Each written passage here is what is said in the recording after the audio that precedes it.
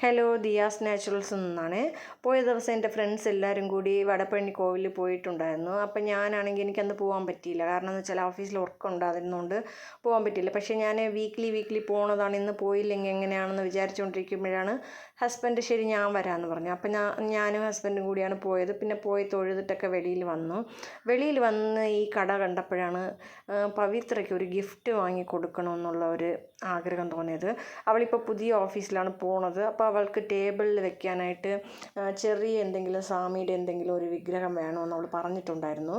അപ്പം ഞാൻ വാങ്ങിക്കൊടുക്കാമെന്ന് പറഞ്ഞിട്ട് ഒരു ചെറിയ പിള്ളയായിരുന്നു, നമ്മളെ ഗണപതി ഉണ്ടല്ലോ ചെറുത്, സോ അവൾക്ക് ചെറുതായിട്ട് മതി എന്ന് പറഞ്ഞു. അപ്പം ഞാനത് വാങ്ങി വെച്ചിട്ട് ഞാൻ അവളെ വിളിച്ചു. അവളുടെ ഹോസ്റ്റലാണെങ്കിൽ ഇവിടെ അടുത്താണ്.